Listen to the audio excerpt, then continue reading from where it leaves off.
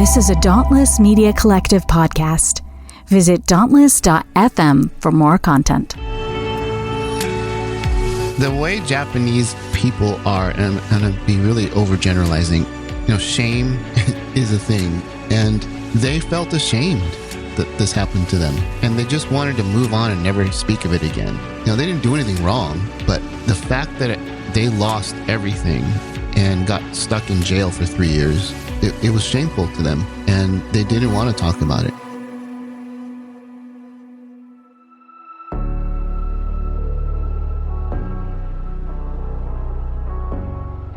Hi, I'm Nate. I'm Gail. And this is Full Mutuality.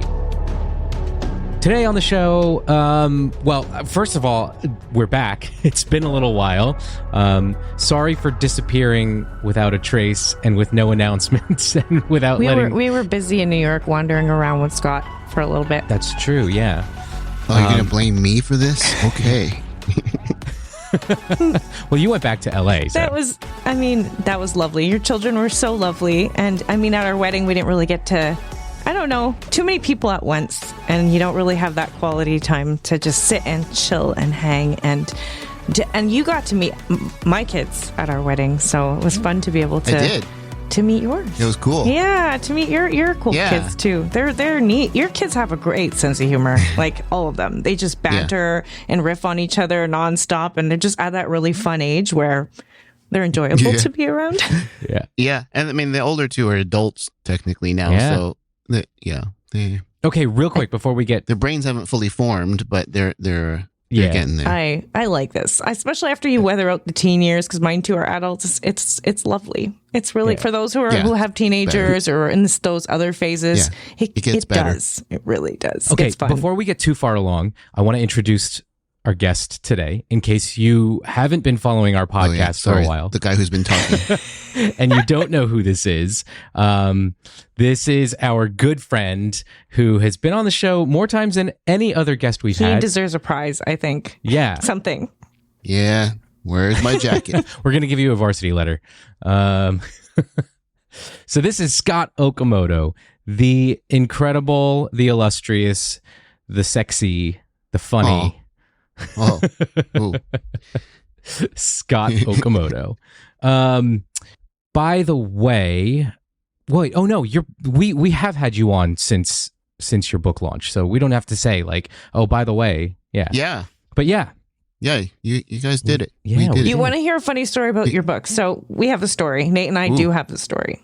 We purchased 3 of your books, Scott, because we wanted to have you sign and give extra copies. We wanted to give some away. Can I tell the story? So that's half my sales right there. So obviously the weekend of our wedding, did not think to have you sign it. Too busy. This time around, when we were like, Scott's coming into town, Nate's like, okay, I'm going to bring my backpack into the city. I'm going to put the books in. And I don't know if you remember that Nate was lugging around a bag with him. And then after we say bye to you and we get back to the train station, Nate is like, and I'm like, wait, Nate, the books? Do you remember? He's like, oh no, that's why I've had this backpack on the whole time, and I completely forgot to have Scott sign them. He was like, do I call him and like go back? I'm like, he's already booked it with his kids, probably back up to the Heights. Well, probably could. And we had already. No, we were stuck there for a while, so we probably could have still come back for you. Yeah. But you know what? We'll you know what I'll do is excuse to make it out to LA. Yeah, either that. Yes, there's that. But I also don't want to push this out too long because I do want to have a giveaway for our podcast. So I'll ship out a few copies, and have you sign, and I'll give you like a return, a return package. I could just mail you what I write, and then you could just tape it into the. Just tape it. I could also just you could put it on like a sticker, and I'll stick it on the front page of on a Post-it note. Yes. It's even more, personalized than the average. Yeah. It's my own Post-it note. It is from Scott's kitchen. Yep. It's pink and yeah. That's awesome. So I figure, we're going to release this episode sometime during AAPI History Month, and I kind of want to have this tradition of having some conversations around AAPI History Month. I don't know if we're going to do it all like every May, but from time to time, as we get close to May or any significant dates in Asian American history, I want to have some of these conversations. So I want to talk specifically about your Japanese American identity. So for those of you who are listening and aren't aware, both Scott and I are Japanese American, but Scott has a longer history of his family being here in the U.S., whereas I come from an immigrant family. So out of curiosity, Scott, what generation of Japanese American are you? I am fourth generation, which they call Yonsei. Okay. It's a little confusing because my great-grandparents, like a couple of them were, all my great-grandparents are from Japan. 2 of the 4 grandparents were born in Japan, and people moved back and forth around, the early part of the 20th century. But my grandparents were still considered Nisei, the second generation. And then, oh, interesting. Yeah. All here in mostly in LA. My grandma's family is from San Francisco originally. And my dad's family here in Los Angeles. Wait, so are you Yonsei on both sides of your family? Yeah. Oh, yeah. Okay. Oh, that's cool. That's helpful. So you don't have to do the whole I'm. Yeah. Because I don't know how they do it when it's different on both on either side. Do you split the difference? Yeah. Yeah. So did your upbringing? I'm guessing, given the fact that you're Yonsei, your upbringing probably, maybe I'm jumping to a conclusion or making an assumption, but was your upbringing pretty American, or did you have any Japanese traditions in your household? We had no Japanese traditions that I am aware of, other than we had rice. Okay. With a lot of meals. So my mom would make like pork chops and rice, fried chicken and rice.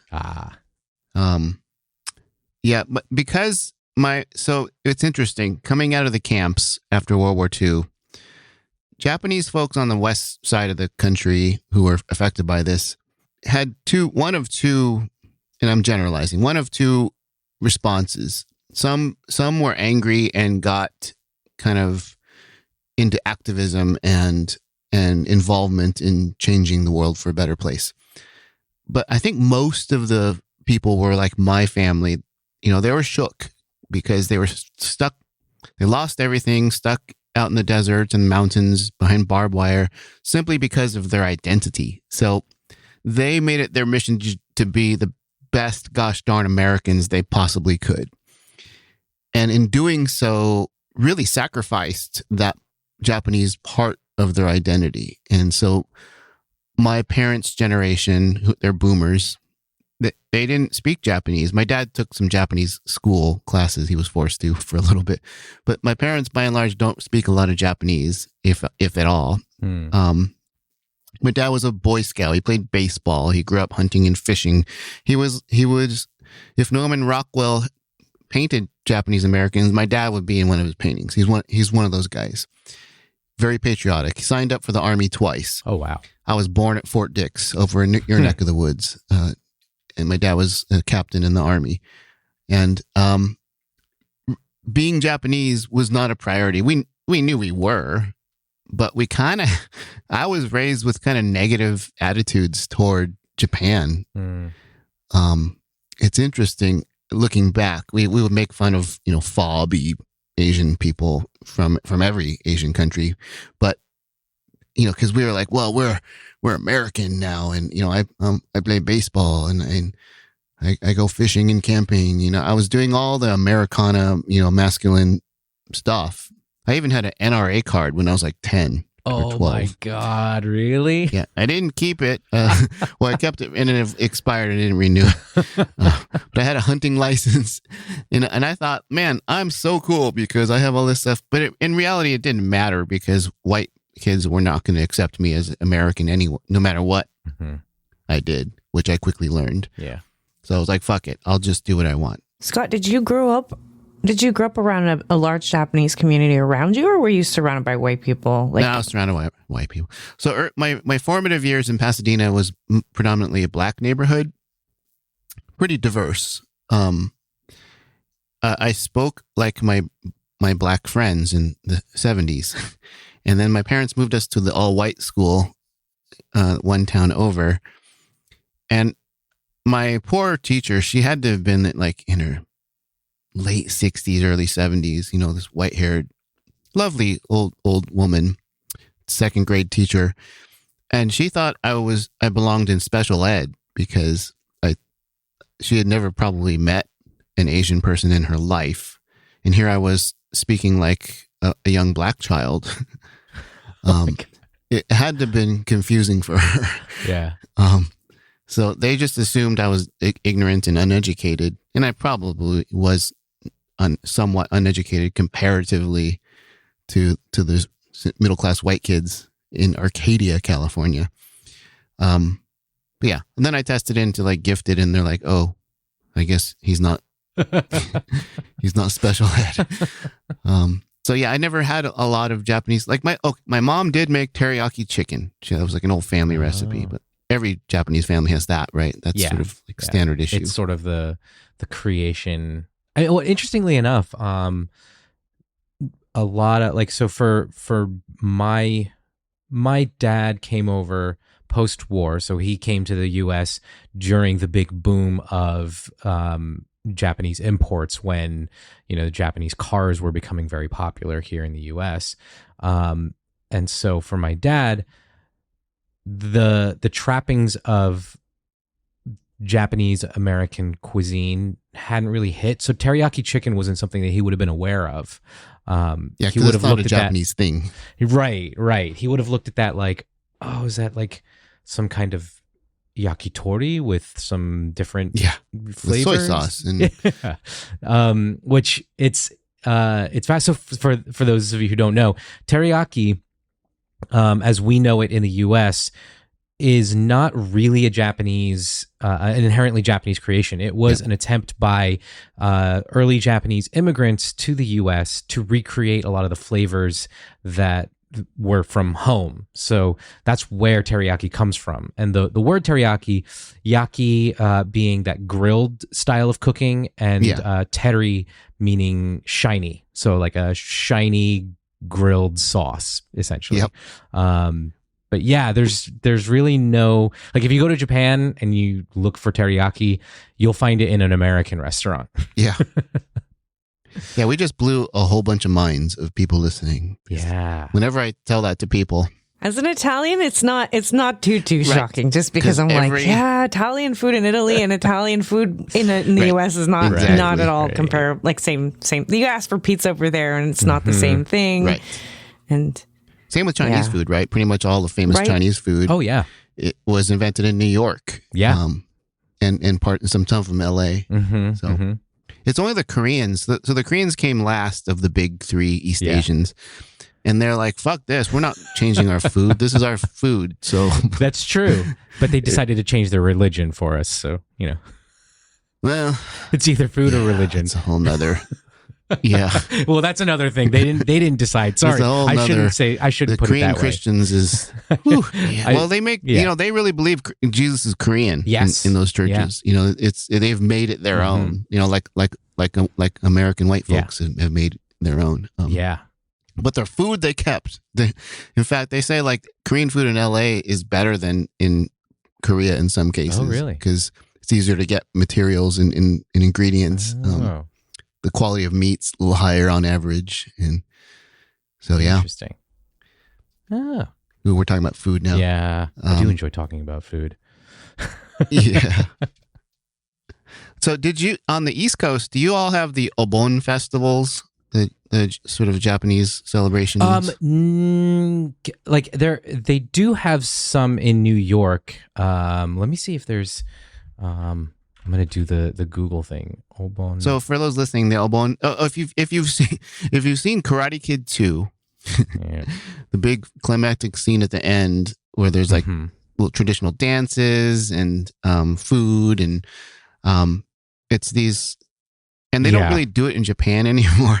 It's a tradition that got kept up here in the States, and it's not to call it line dancing is probably not the right thing, but everyone's walking in a line around like a circle or a street, doing all these dances and eating certain foods. And weirdly, in California at least, one of the most popular foods for Obon Festival is chili and rice, just like American chili piled on to a bowl of white rice. Huh. Yeah, hot dogs, these dongo donut things, and of course teriyaki everything. Yeah, they so apparently there is an annual Obon Festival in Bryant Park. They have a massive Bonodori dance at the New York Buddhist Church. Yeah, they're usually at Buddhist churches. Mm-hmm. Yeah. Yeah, and it's right by, surprise, surprise, it's right by a Kinokuniya bookstore. Yes. Yeah. Which is a Japanese-American bookstore chain, really. Yeah, because there are, at least in this area, there are two that I know of. But, so, you had mentioned that in your family history, you briefly alluded to the topic of camp. And I don't want to assume, the knowledge of our listeners, because again, like I've talked to a couple people who never even heard of the Japanese concentration camps. They didn't know that this was a thing. They didn't know that this happened. So maybe we could back up a little bit and talk kind of about what happened, what took place, and then maybe if you'd be willing to share some of your own, if you have any stories that you can share. But like, so I guess what was this? What were the Japanese concentration camps? Why did they exist? What who created them, basically? Before we go there, can I ask, like, in terms of just schooling, can we start there? Who actually has bought, like, did any of us get to hear about this in school? Did any of us learn about the camps in school? No. I had a couple teachers ask me if my family were in camps, and no one in my family talked about it. So I had no idea.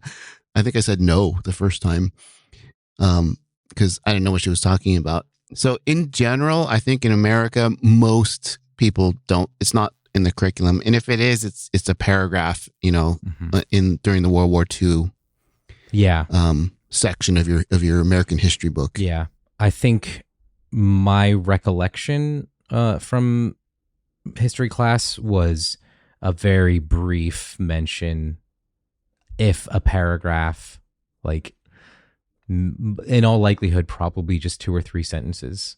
That's maybe even better than what I've gotten. And like, I know Canadian and American history does not parallel on slavery, but when it comes to Asian Americans and what was happening to the Japanese people, exactly the same in Canada as in the US. Yeah. And I'm in some ways worse. Yeah. Yeah. And my cousin, his whole family his parents were put in a concentration camp. And I didn't learn about it until, like, I didn't even know about his history. Yeah, I didn't hear anything about it in school. I don't know if they've changed in the curriculum and added it in, but I did not grow up in Canada learning that as being a part of Canadian history. And yeah. So, not to jump too far ahead, but there is a professor who I found a quote from her, and she said, at least up until the 1990s, there's no real, like, mention of it in American history books. So yeah. I'm saying Canadians didn't do any better with that and teaching about it. Yeah, because it's, look, and like, to be fair, I mean, not really fair. Like, we should be learning history. We should be learning the bad parts of history as well. But like, this is an embarrassing chapter in American history for Americans. This is not something that you would want to look at. Much like the history of chattel slavery with Black people here. much like the history of the transcontinental or the continental, the transcontinental railroad with Chinese Americans. Like, there are a lot of things that happened on our own soil. I mean, we are kind of talking about America's sins abroad and what our country is, guilty of outside of our own country borders. But here within our own country borders, in addition to the chattel slavery of Black people, there is a pretty sordid history of some very dark events that have taken place, and among them being the Japanese concentration camps. So why don't we talk a little bit about that, about sort of the Japanese concentration camps in general? What spurred this on? What was the catalyst for all of this? What was going on at the time? Yeah. All of that stuff. So World War II. World War II started about a year before it, in 1940 in Europe. And Europe wanted the U.S. to get involved, but the U.S. was in its isolationist phase, and Congress had no desire to get caught up in it. So Hitler's rising and then now marauding across Europe, and the U.S. is like, whatever. Mm-hmm. Really could not have cared less. And then it wasn't until Japan, which was allied with Germany and Italy, which we called the Axis, attacked Pearl Harbor, Hawaii, that suddenly American people were like all up in arms. We gotta go to war because we've been attacked. I mean, and Pearl Harbor was a military target. It wasn't like they bombed neighborhoods and business and hospitals, and it was a naval base. Not saying it's good, but right. It was a military target, right? And not to mention the fact that the response was pretty intense, given the fact that at the time Hawaii wasn't even a state. Right. They were still technically the Kingdom of Hawaii, where the U.S. had some territory, and but it was our boats that got bombed. Now, the theory, we can go conspiracy theory here, and it's not that much a conspiracy theory, is that the U.S. government knew the whole fleet of Japan was coming across the Pacific. Even back then, we had radar and we had spy planes. And so it's not like you can sneak an entire fleet across the Pacific. We knew where they were, and and the theory is we knew what they wanted to do, but we didn't stop them because the president, I think it was Truman at the time, right? Wanted I think it was, to get into. It was Roosevelt. It was Roosevelt. Sorry, yeah, FDR wanted to go to war because it was good for the economy. World War II is literally what pulled us out of the Depression. The production, in addition to his programs, his work programs and things. But this was like this was like a shot of adrenaline to the economy, and he knew this. And so there's records of like people across the Pacific radioing in saying, yeah, the whole fleet just went by. Are you going to do anything? And they kind of sat on it. They didn't. And so interestingly, Japan attacked on a day that was kind of a holiday. So there was hardly anyone there. It was kind of like this perfect scenario to get into the war. People can debate this, but that's it's kind of weird that we sort of just let it happen.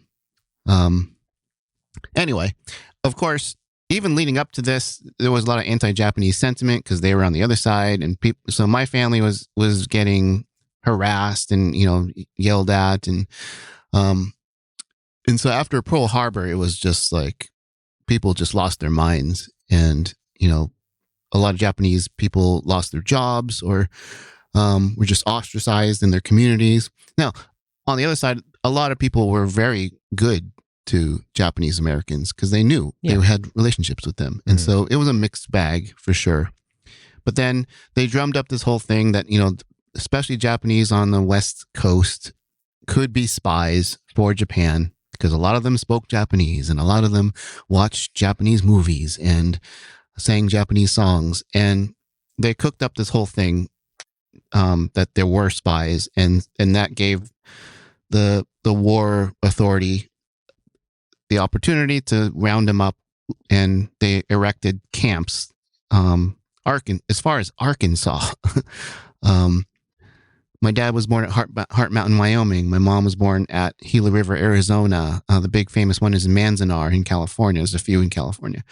There's a couple in Arizona, and I'm forgetting all of them, but there was a bunch of these places, and about 120,000 people, most of whom were American citizens, without due process, were rounded up, given just a few weeks to get rid of all their belongings. They could bring one suitcase. That was all they could bring to these camps. And to the ones that got sent to like Heart Mountain, like my dad's family, these are people from Southern California, and it was the dead of winter, and it was like 20 below. So old people died, babies died, because they just were not prepared to go to these places. They didn't have enough food at first. They didn't have an infrastructure for how to do this, and it was awful for anywhere from 2 to 3 years. These people were locked up. Now the government tried to have it both ways. They tried to say it was for their protection because all this hate crime was happening, but really, they just thought they were going to be spies. And then to end the history lesson here, portion of this, it was until a few people sued Gordon Hirabayashi, Min Yasui, and Is it Fred Korematsu? Fred Korematsu, all had cases get up to the Supreme Court. And it was during this discovery that it found out that it was the California agriculture that was driving this. They wanted the land because Japanese had become really good at farming and owned and ran much of the land the citizens could own. And they wanted the land back. And so there's documentation. There's a headline in the LA Times in the 40s that said, "This is not about war. This is about white man's supremacy on the West Coast," referring to the farm. I mean, they were literally admitting this in the papers. And again, nobody cared. It was whatever. Yeah. It's not my problem, Yeah. So it is that legacy that we're talking about. Yeah.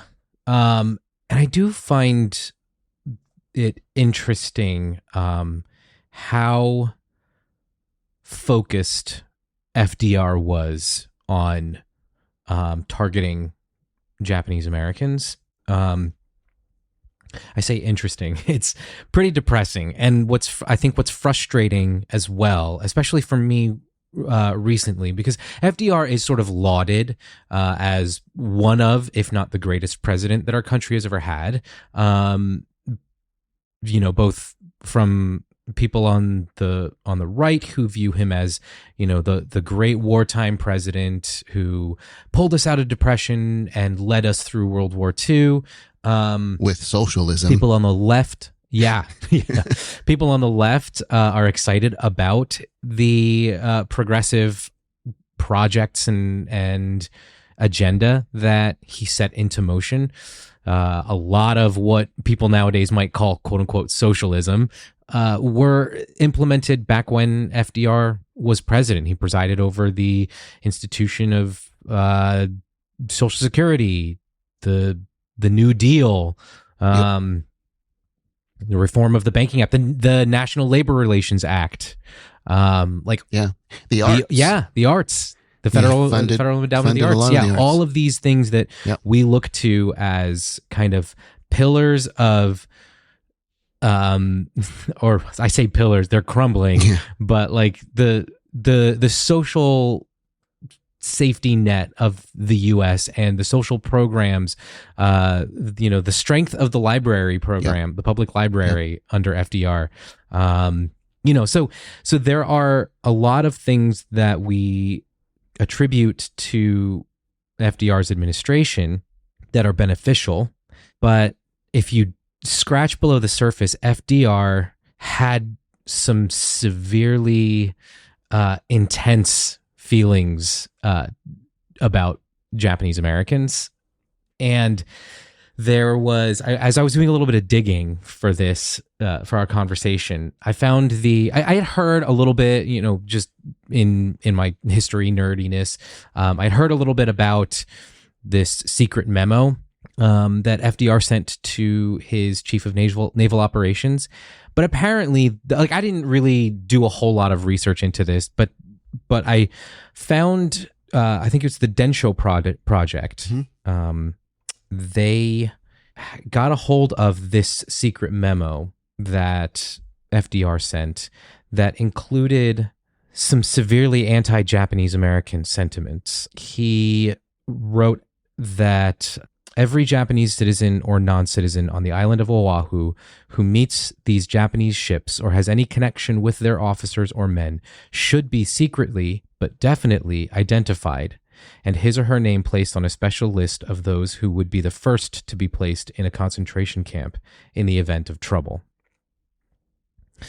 It's like that paranoia that was fueled by, and that's not just in his office as president. Like, I did a little bit more digging and found that back in the 1920s, before he became president, FDR was a columnist for the Macon Telegraph, and he had written articles in opposition to intermarriage between white people and Japanese people, or people of Japanese descent, because he feared, quote, the mingling of Asiatic blood with European or American blood. And while also some of the articles that he wrote there were in support of California's ban on Issei land ownership, right. So first generation Japanese Americans. California had a ban on their ability to own land, and he was in support of that. So FDR is a mixed bag. There is a Japanese American singer-songwriter who I love, Kishibashi, and he wrote this song called F. Delano, which is this. We know who that is. Yeah. And it's, I don't know, it's a brilliant song, and it really gives a sense for, like, I don't know. I feel like we have these heroes of our history that we look to, but they're a mixed bag, For sure. And probably most people were back then. Because one thing I read about FDR, and I don't, there's a lot of things you can read. Yeah. He wasn't down with the camps initially because he knew the law, and these were citizens, and you can't just, without due process, put people in jail. And so it was mostly the generals and the like I said, the agriculture industry that was really pushing for this. And I think he basically threw his hands up and said, all right, well, show me the plans, and how the hell are you going to do this? And on what grounds are you going to do this? And he ended up just going along with it, but it was not his idea. So I'll give him that, but damn, he, in every other way, he went along with it. And he's, I remember when I was in AP US history in high school, learning about this, and I had a really good AP English history teacher in high school who, it wasn't in the book, but he covered it. He had his own lecture on this, and he even asked me, like, what were your family in camps? And I said, yeah. He's like, which one? And I was like, oh shit, there's more than one. And I had to go home and ask my parents, like, which camps were you in? But he covered it, and he showed not both sides, but he definitely humanized the whole thing, and made it a point to teach it, because it was not really in the book. Yeah. It's also interesting. I had done a little bit of reading a few years ago and discovered that there was actually a camp out here. There were a few camps on the East Coast, but one of them not too far from me in I think in Suffolk County, Long Island, and it's at a place called Camp Upton, which is more known for its it was a training ground during World War I, but during World War II, it became a detention center for Japanese Americans. Oof. Yeah. Even as That's far a long way to send people. yeah. I almost wonder if that was for the Japanese American population that was living in New York City. Maybe, but they weren't really concerned with East Coast Japanese Americans. That's true. They weren't. Yeah. I don't remember where the cutoff was as far as, but yeah, and I don't know a whole lot about it. Like I said, I just did a little bit of digging, so for like our backgrounds, for me, like I was mentioning before, my dad came over to the US in the 70s and 80s, or that was when he was like doing a lot of his back and forth. He came to the US for college, and then he moved back to Japan, and then he came back to the US, and so he was doing some back and forth during the 70s and 80s, and then finally settled here in the 80s. Yeah, so like his knowledge of the camps is minimal at best. Oh yeah, they don't really teach it in Japan. No, that's the other thing. Japanese people are often surprised to hear about it. Yeah, I was talking to my cousin, and she didn't know that this happened here in the U.S. So yeah, this is not something that they learned. So basically, this was the executive order is called Executive Order 9066. It does not mention Japanese Americans by name. We are, I guess, kind of at the point in American history where mentioning a particular race by name would probably not hold up in a court of law. But because of what had taken place in December 1941, it kind of stood to reason that this would be, that the Japanese Americans would be the target.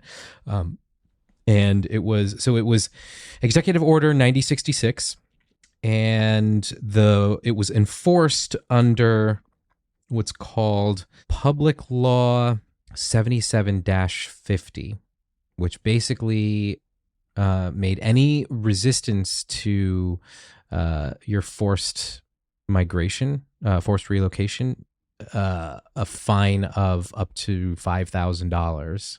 Yeah, a pretty dark time in our country's history. And when I was a kid and learning about this, well, first of all, my parents or grandparents ever talked about it until they made a movie. Alan Parker, who had just made Mississippi Burning, made a movie about the Japanese internment camps that had Dennis Quaid and my friend Tamlin Tomita. And that it was like that gave them I don't know, an excuse or a reason to talk about it, because suddenly it's in a movie. But I always asked, like, why didn't you fight? Or why didn't you just move somewhere else? Or why didn't you, I had all these questions. They all just sort of went. And it's really complicated because back then they didn't have rights like we do today. Yeah. They were even before the war, before all the troubles, they were always afraid about their standing in their communities, their identities as, American or not. And they were trying really hard. There were a lot of Boy Scouts and baseball. I live in Pasadena, and Jackie Robinson had moved to Pasadena and grew up here, and all his best friends were Japanese American. And they were rising in the ranks along with black athletes here in Pasadena. But then in the middle 30s, when, the war started to sort of develop, the Japanese got kind of pushed aside. And so they were always worried about their standing, and they didn't want to make trouble. And a lot of them were living, multiple families in a single house or apartment. And so, they literally could have just packed everything up and moved to Chicago, and they would have been fine. But they weren't all able to afford the travel, or they just didn't know. And then they were terrified. And so initially they all packed up their stuff, sold everything they possibly could, most of them on pennies on the dollar, because their neighbors knew what was happening. You could buy a piano for like $5. And they got on these trains, and they were hoping that this would just be for a few weeks or something. They didn't know that it was going to be years out, and they weren't told where they were going. A lot of them thought, at this point they knew about the Jewish concentration camps. A lot of them thought they might be killed when they got to wherever they were going, because they just weren't told. And these trains with blacked out windows would just drop them off at near where their camps were, and they would have to walk to these camps in these barracks that were crudely constructed with like gaps in the floorboards. There was dust coming up through the floors and through the siding of the place. The roofs weren't always waterproof. And so they were just scared people who didn't feel like they had agency in their life. Because, when I was growing up by this time, the 80s, I'm just like, wow, you could have fought, I've seen the A-Team, you could have stood up to this or at least just packed up and moved someplace where you didn't have to go through this. But really, in my adult life, it's like, man, that had to just been a terrifying time. And all you want to do is keep your family together and stay together. And whatever your fate is, you're going to go through it together as a family. Sadly, a lot of families got ripped apart and sent to a different camp, so they didn't even honor that. But yeah, so. Scott, what age, do you mind my asking what age your parents were when they were in the camps? Yeah, my dad was born like months before they got shipped out. So my grandma gave birth while they were already like packing up to go, and they let her stay in the hospital and then they shipped him out separately. So he was an infant. My mom was born about a year before. Oh no, the year they got out. Or the year before, 44. It was rare, but people did have kids during this. So she was born at Gila River, Arizona, in the desert. My dad has faint recollections. We went with him on a family trip. We went to Yellowstone and camped and fished. And then Cody, Wyoming is just down the hill from Yellowstone. So at the end of our trip, we went to Cody, and Heart Mountain is about, it's like half an hour outside of Cody, Wyoming. And they have a nice interpretive center, museum. And yeah, it was cool. To see my dad walk through that with my kids was really moving. And he had faint recollections. He remembered like the swimming hole that people would gather at, and the farming stuff that they did. Yeah. Thanks for listening to this podcast from the Dauntless Media Collective. If you enjoy what you're hearing, we think you'll also enjoy some of our other shows, which you can find by visiting dauntless.fm. Here's a sample from one of them. All right. Okay. Welcome to the Thereafter Podcast, a place where we explore life on the other side of faith change. We're here to break down the binaries, deconstruct the dualities, and wander through what it looks like to live in the gray. In church, we were told that life after leaving would be a bitter wasteland of unfulfilling hedonism, but we've discovered quite the opposite. There's actually a vibrant community of people on the other side of faith who are finding and co-creating space for hope and healing. Come along as we explore the all too often uncharted expanse of evangelicalism, evolving faith, and the life thereafter.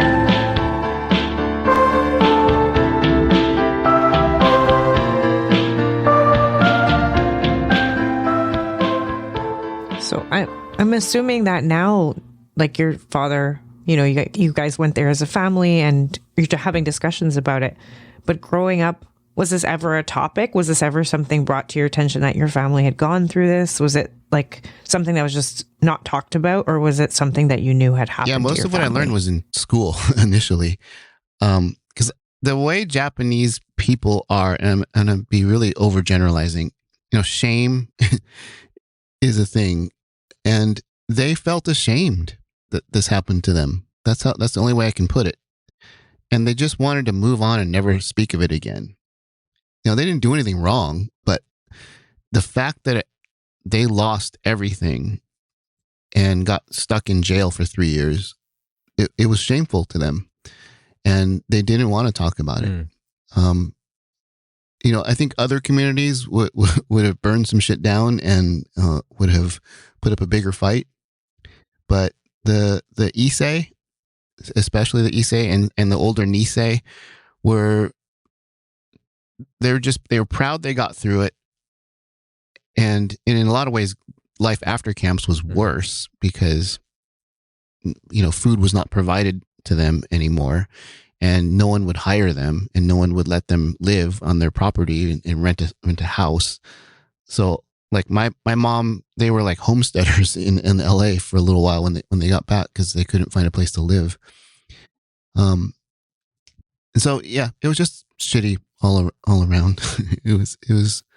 So I used to get mad at my parents. Like, why are you so uncool? Why during the 60s, they were alive. They were in their 20s when the Beatles were happening and Led Zeppelin and Jimi Hendrix and, all this stuff, counterculture stuff's happening, and the civil rights movement. A lot of JAs sat out the civil rights movement because they were just terrified. They didn't want to make trouble and get sent to prison again.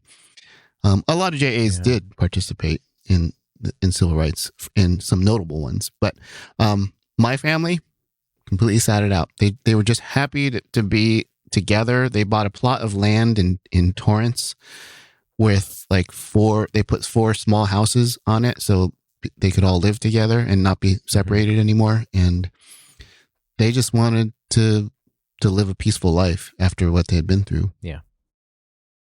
So did it come as a shock to you when you were learning about it in school, like to realize this was a part of your family history and you had to go back to your parents and have a conversation of, hey, what did this must have applied to us too, right? Or was it a big surprise to have that sit down conversation to discuss it? Yeah, it was a shock. And I was surprised that my parents didn't know that much either because their parents didn't talk to them about it.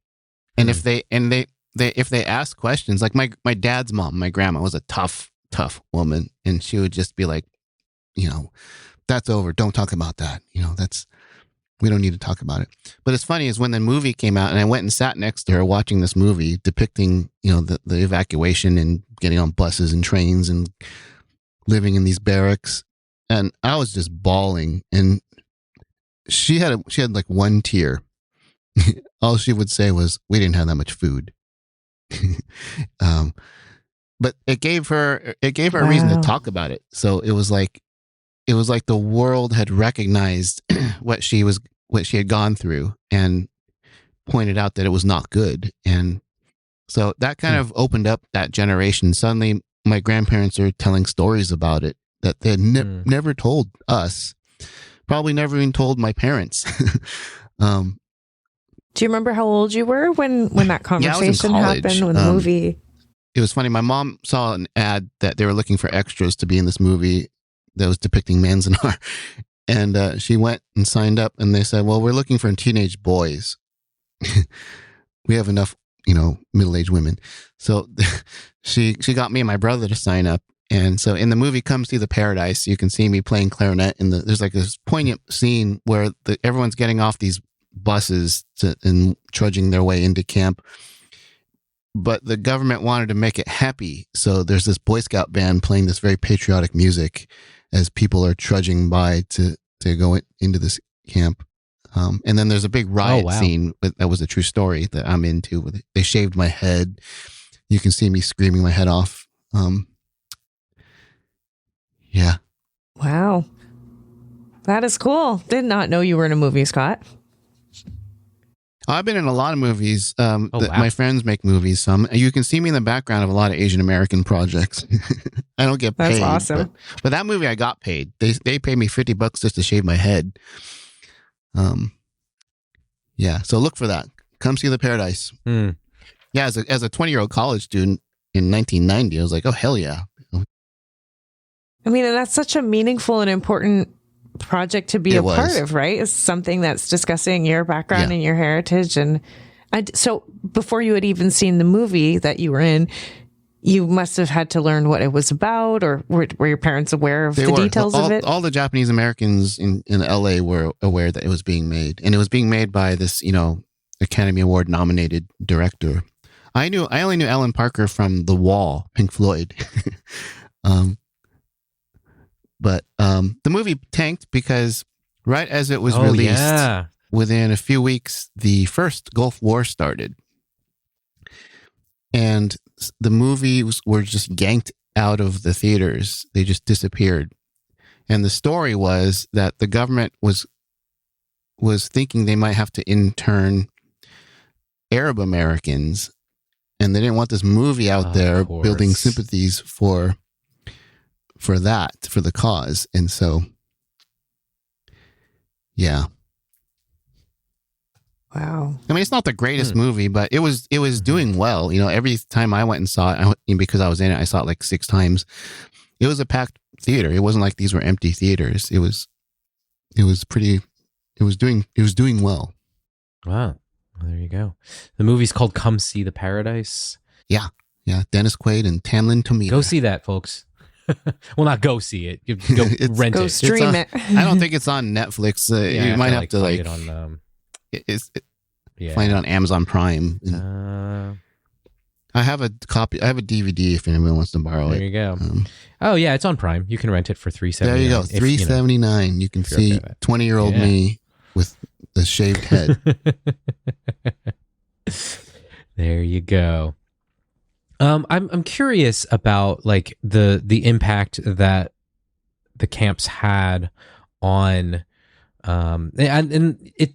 I guess for me, I like knowing my own family's approach to family history and the challenges that kind of come along with how much pride we can have in our family history, but then, you know, if something so severely traumatic takes place in our history, in our legacy, like what that could do to us as Japanese Americans. I'm curious, like, how has that sort of informed or impacted the way that your family kind of interacts with American society, maybe how you interact and how you handle it being different from how your family handles it? Because you kind of alluded to that as well, about how your family responded to all of this, but I would assume you handle things quite differently from your own, even your own parents.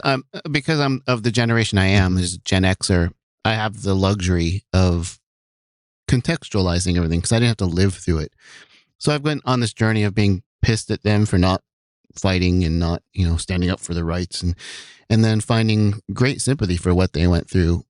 But it is interesting to look at how that generation here especially in Southern California, you know, you can characterize that generation as, you know, how do I do this?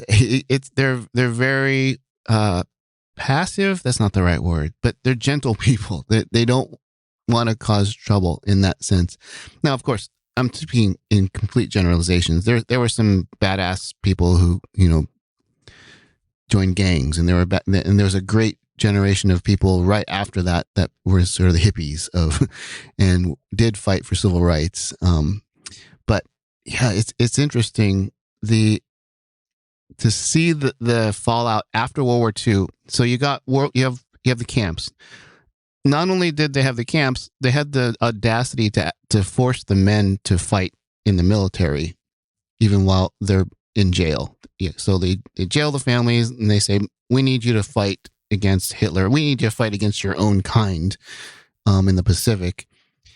And so the 100th Battalion, 442nd was formed, first from Hawaii and then from the States. They become the most decorated military unit in American history because they kept getting sent to the front lines to do all the suicide missions. So yeah, I have all this pride for that. But interestingly, that generation and the next generation didn't get along, because the young boomers are coming up in the 50s and 60s and they want to have these lives.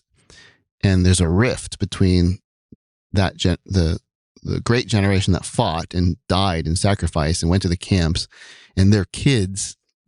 in general, had a tough time relating because, their kids want to follow Martin Luther King and Malcolm X and listen to rock and roll and get educated and get enlightened and all this stuff. And their parents want nothing to do with that. So I come along with even the generation after that with, all my ideas and notions about life and what's supposed to happen. And really, we all just need to have sympathy for what we all are going through. It's interesting too. The issue of generational trauma is a recent development. That if you go through something really traumatic, it gets expressed in your genes, and you pass that along, right? And I always noticed when I was my whole life, whenever there's any kind of change, I don't flip out, but like I panic. I have this feeling of panic whenever there's like a big decision to make or something's going to change. And I get this moment of like, ooh, like, and I don't know why. There's no reason. Even if it's just like planning a vacation, there's this moment of panic, like, oh no, I don't know what to do. And it's interesting. It feels like that my grandparents getting noticed that you're going to lose everything and you might be sent somewhere to be killed. That had to have been the worst experience, a horrible experience that gets passed down. My parents somewhat neurotic and me maybe less, hopefully less so. And then I look at my kids, hopefully less so again. And, every culture has trauma and stress and things that we have to get over. I'm not saying anything that what we went through was worse than anyone else's, but it's there. I think it is. Worse than a lot of different groups of people, especially in North America. Depending how we want to like contextualize things, but it was awful. It was terrible, and it's a weird thing to have that in my family story. That it's this blip. It's just 2.5, 3 year blip, but man, does it have repercussions that go through.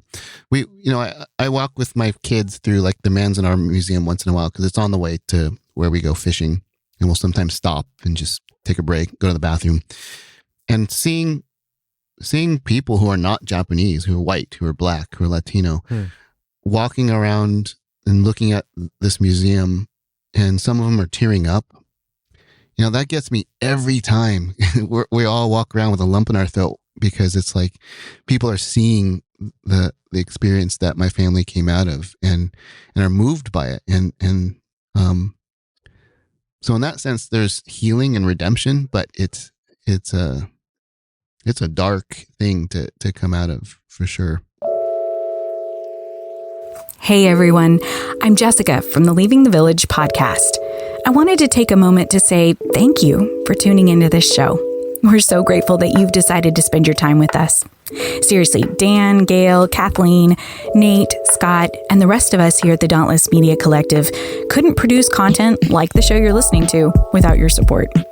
I'd also like to invite you even further into the conversation. Right now, there are some great discussions happening over in the Dauntless Media Collective Discord server. If you're interested in chatting with other folks who are deconstructing and decolonizing the oppressive traditions they came from, please feel free to hop onto the server.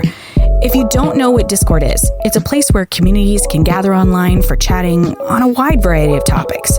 In our Discord server, we have channels devoted to general deconstruction conversations, some meme sharing, therapeutic venting about whatever religious bullshit you're currently dealing with, and even a channel specifically devoted to talking about the latest episode of the podcast you're listening to right now. I hope you'll join us. You can log in directly to the Dauntless server by clicking on the link in the show notes or heading to dauntless.fm and clicking on the link in the top banner. See you there. Nate, do you mind if I ask you a question? Sure. I want to throw at you the question you threw at Scott. Yeah, back at you. I'm curious for you when it comes to your dad, if he talked about it. I know he wasn't in the internment camps. I know he came over after World War II. But did he ever bring that up? Was it ever something he talked about? Was it something brought up? No. I don't think, like we were saying, that's not something that was mentioned in Japanese history. And he wouldn't have learned that. I mean, when, it would have happened maybe 10, 15 years before he would have been old enough to start learning some of that, maybe even longer. But even then, like, you know, like we were saying, it's not in Japanese history books. My own cousin didn't know that was an event in Japanese history. So, in American history. Yeah. I mean, Japan had its own things to overcome. Yes, exactly. World War II. Like, in terms of even Nate, like, how for you, I'm wondering what it's like as a Japanese American who doesn't have a family history, right? So you're Japanese. Well, at least an American family history. American family history. How does that affect you, knowing that this was done to the Japanese in America, like your country? Yeah, I mean, but also it not being directly your family. Like, does it? How does that feel for you, or what is in terms of when you learned about it for the first time of Japanese American history? How old were you? Did you have a conversation with your father? Was this a shock to you? No, I didn't have a conversation with my dad. I think there was like a note in my American history book, like a very brief kind of mention that this was a thing that took place. But I was so disconnected from it. It didn't really register for me, I think, because I knew that my family was an immigrant family, so they wouldn't have been there. I mean, actually, now that I'm talking about it, now that I'm saying it out loud, I think there's a part of me that felt a kind of relief that, like, you know, I was a kid, right? I must have been in like 6th or 7th grade when I noticed that in my history book, and maybe even older when we were learning about World War II. I think I might have been in 8th or 9th grade when we were learning about World War II in detailed in history class. And I think, I don't know, I think there was a sense of relief knowing that wouldn't have been my family, because, and it's more just like I think about I would think about my grandfather, I think about my dad, and I'm like, oh, okay, they're safe, you know. Yeah, I don't know. I think that's sort of my feeling, and I feel a little bit, I don't know, a little bit guilty in a way, that I felt that, especially now, knowing, you know, both you, Scott, and other Japanese American friends that I have, who all have this in their family history, and I think that's where there's a little bit of a disconnect for me, where I'm just like, yeah, my Japanese American friends, and then I'm like, oh, but I don't have that family history, and I don't know how to relate to you in that way, other than to say, like, yeah, if we had been here, we would have been there with you. We would have been ripped away from our homes. We would have been tossed into camp. Yeah. And that's how I see all Japanese Americans, even those who came after, because it would have happened, you know, had you been here. And on the flip side, I feel this disconnect from Japan, that I wish I had a connection there. Like, I went to Japan for the first time in 2017, and I didn't have any relatives to visit. The one relative that we have that we're in touch with came to Los Angeles on a sabbatical when we went to Japan. And like, going to Japan and seeing all that history of the samurai, half my family's samurai as well, and seeing all that history that I had no knowledge of previous to going there. And it was the first time in my life I really wished I had a deeper connection to Japan, as someone that's, you know, racially 100% Japanese. I did the 23andMe test. Yeah. And it says, like, you are 99 point whatever percent Japanese. It's like, boring. Wow. Like, my wife's, you know, like a little bit of this, a little bit of that, all these interesting things. Yeah.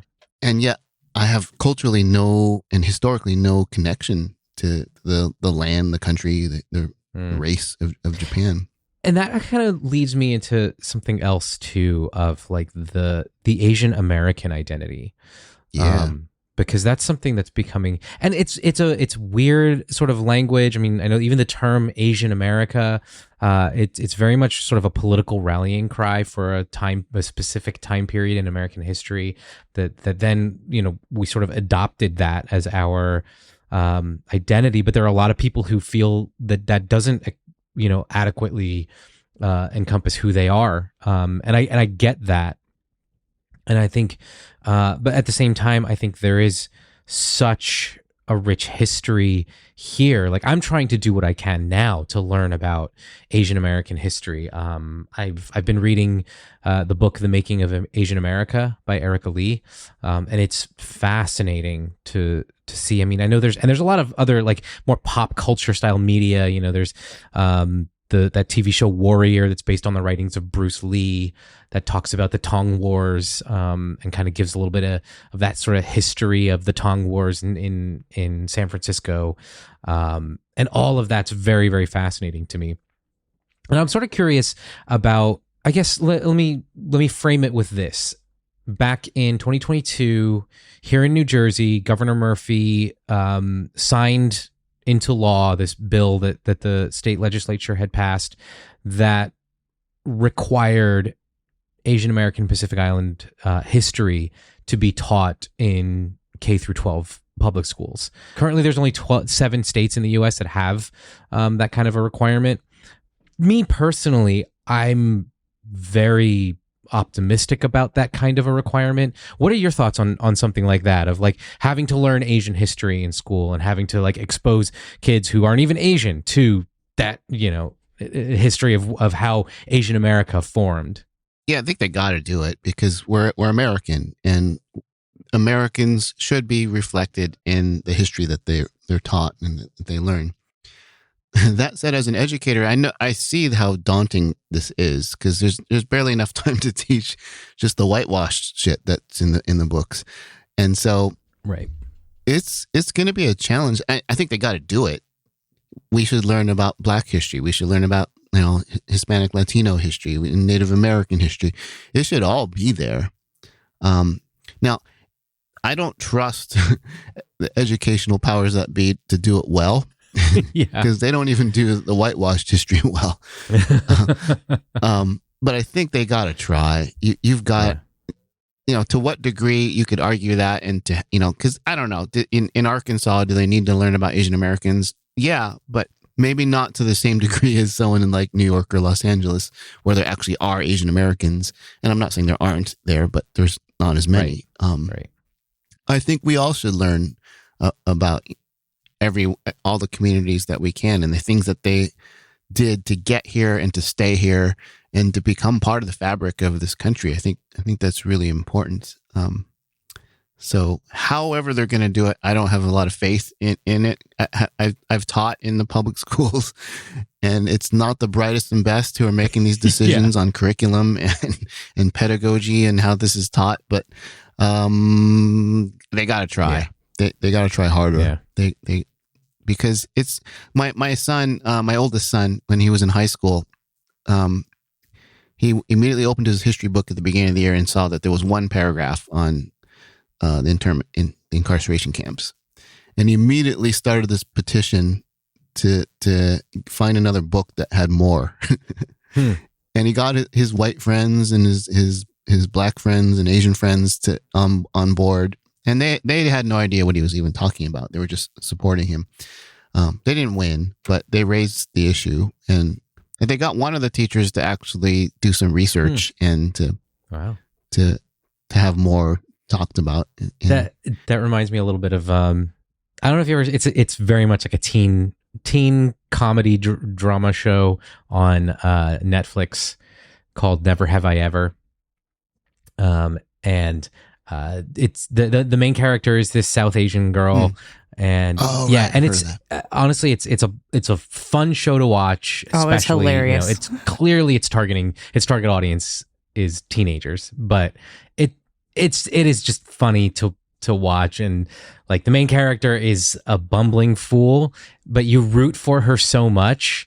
and you just feel every time she makes a mistake, you just feel for her. Anyway, one of the supporting cast members gets he gets a few episodes to himself here and there, and there was one episode that really kind of focused on him, and he was working on a school project because he's biracially Japanese, and he in the story he has camp in his family history, and he goes and he talks to his grandfather, and then he brings it to his class as his class project to talk about the conversation he had with his grandfather and what he learned. And he didn't even know that this was something that existed in his family history, but he wanted to talk about it and share that with his class. And I thought that was pretty cool to see. That's cool. In a TV show aimed at teenagers.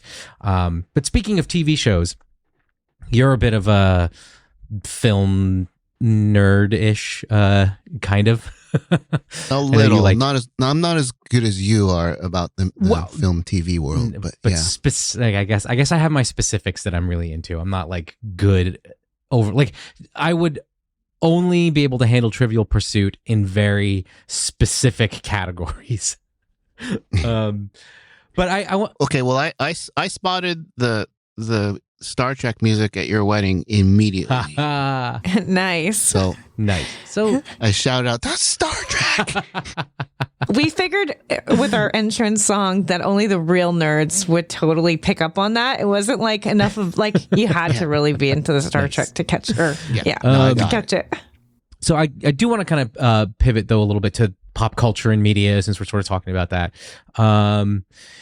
So there's a lot out there already, and I'll probably put some references in the show notes, so we're not like bogging down our audience with like constant like education on Asian representation in pop culture. And it's mostly sad. Yeah, I'm curious though, because it has progressed, and there is this sort of evolution over time, and we're sort of at a point that there is enough representation in TV and film where we can say there's good and bad, and there are mistakes and there are shining moments, and we can point to different things as like good, bad, mixed, all of that stuff. So do you have any thoughts or examples that that pop into your mind of like where Asian representation is done really well? Maybe some. What are some of your most hated representations? I guess first I would point out that some of the most popular stuff with Asians in it are not Asian American. Yes, like your Parasite, Squid Games, things like that, and it's great. I think the average American just thinks we're all the same. And so it's one thing to celebrate things from other countries, from China, from Japan, from, K-pop. Cool. But I'm more interested in Asian American representation. And so to your point, that is getting better. We've kind of... It's not a contest, but Hispanic roles are the lowest. The representation in TV and media is the lowest for Hispanic. It's terrible. It's like 3% of main cast members are Hispanic. Asians are a little bit higher, a little closer to the actual proportion of the population.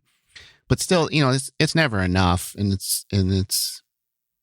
But to your point, it's getting to the point where, we have things that are great and things that are okay. And it's all subjective too, right? Like I wasn't thrilled about Crazy Rich Asians, but I was glad it was successful. And we can talk offline about some of the stories behind that. Some of the people involved. Seeing Simu Liu rise. And it's not a secret, Simu Liu is been attached to some problematic things on the internet in his past.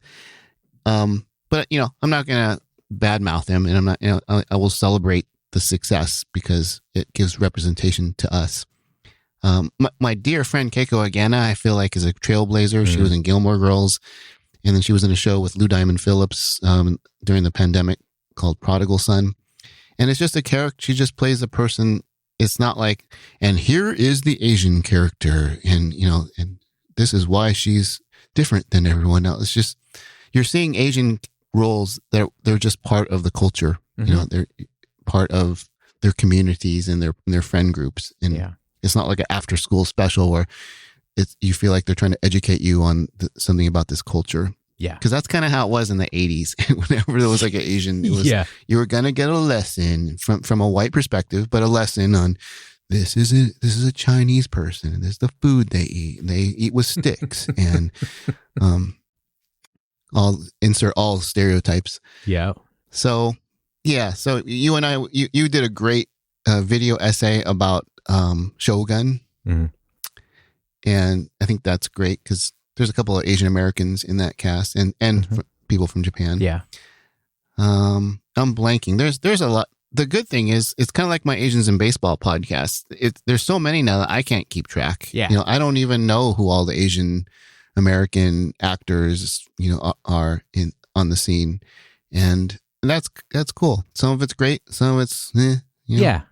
Yeah, I'll say as far as like some specific points where I felt like really resonated with me were some of the recent kind of diaspora-based stories. One of them being Past Lives. I think that was a more recent one, and I think it was nominated. I don't know if it won anything this year. Not that it matters. Yeah, like but it's just nice to see awards. Just it up there listed with other things. Mm-hmm. Yeah. Oh, absolutely. But Past Lives was such a great film, and that's very much like an immigrant story. It's Korean American, but it also incorporates a little bit of Korean Canadian, and that sort of the struggle of somebody who has immigrated as a child and the yearning that they have for the motherland, quote unquote, but then the sense that like, is that where I belong? Do I really connect to that anymore? I'm now someone very different. And am I a trailblazer? Am I like pioneering my own identity now? You know, while also sort of pining for that previous life.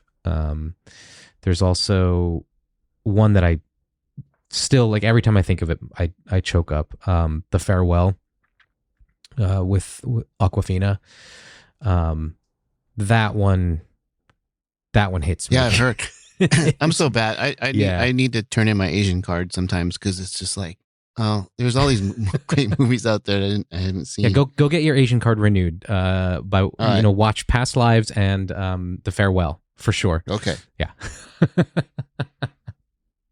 Can I say any of mine? Yeah. Go for it. Should I be quick? Yeah, I loved Minati. I hope I'm not Minati. butchering Oh it. yeah. Minati. That one was choked me up and also was funny and beautiful and just the grandmother. That's all I got to say about that one. Is just the grandmother was beautiful story. Did you see that one, Scott? I've seen parts of it. So too many. I know too much about like the behind the scenes sometimes, and so too connected to the LA scene out there and the actors. Yeah, but you know, I didn't hear anything negative about Minari, and Stephen Yoon is supposedly a very decent dude. It's very Christian too. So I'm just spoiler alert if you care about like super minute detailed spoilers. This is not going to spoil anything in the story per se, but so the Korean family, they're living in the South and the South of the U.S. and they go to this church, and they meet like the white people at the church, and the kid, he's trying to make friends with the other kids at this church, and the first thing out of the white kid's mouth is, "Why is your face flat?" Oh shit. And I remember, like, I had this moment where I was like, that was my nickname when I was little. I remember the kids called me Flat Face. I had this very like intense emotional reaction to that moment on screen. Like, Oh, that hits hard. I want to sack him for you. Just like bop that little kid in the nose. Like the 5-year-old Nate was just like wanting to, just sucker punch the kid. I mean, and that was relatable to you, Nate, being that you grew up among white people as an Asian American. Like you didn't have a lot of Asian American friends in your class. We share that experience. Yeah. Did you all watch Beef? I couldn't watch it. Like, I'm glad it's there. I watched the first episode. I'm like, I'm out. I don't like either of these people. They're just horrible human beings. And like, I get the appeal. It's like fuck your Asian stereotypes and your model minority myth. It's too far, man. It's like, do you have to make these the two worst human beings on the planet to like it? It's just like, for me, and about half my friends were on my side and the other half just loved it. And so I'm not going to yuck their yum. Like, cool. You liked it.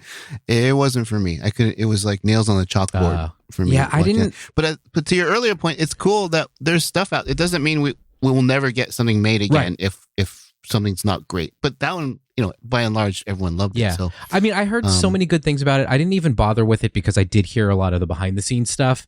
And when I saw that turned me off. I was like, I don't know that I want to.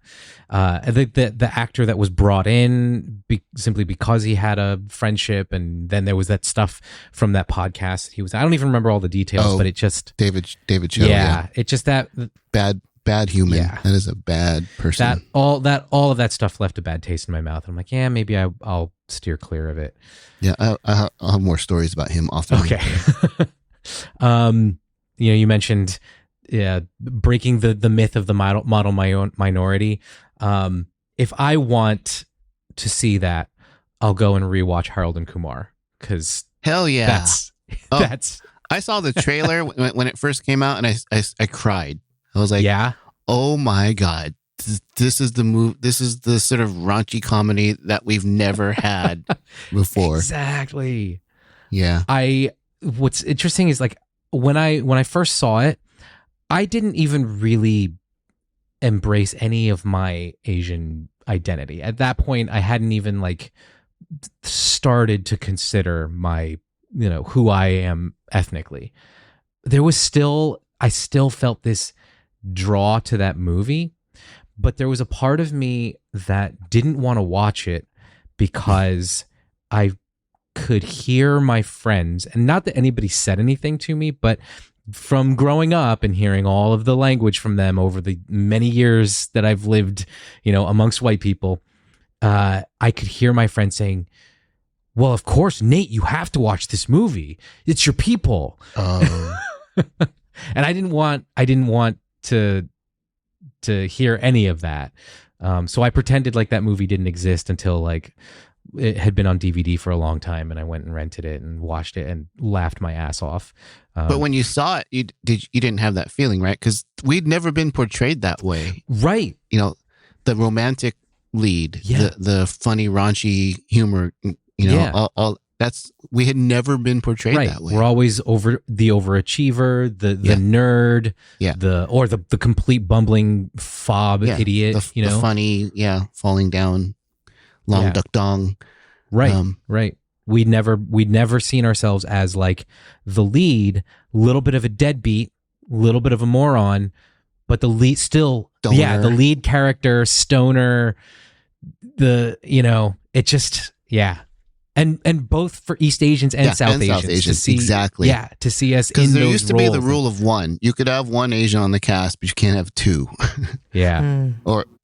And that was just like blew past everything. Yeah. By so far. I think, and I'm embarrassed to say I loved Long Duck Dong in 16 Candles. 16 Candles, because it was like, at least he looked like me, and he was on a major move. We were just like, taking the crumbs off the table and be like, that's all we had. But that wasn't even crumbs. That was like, he gets the girl. I consoled myself in that. That's true. Yeah.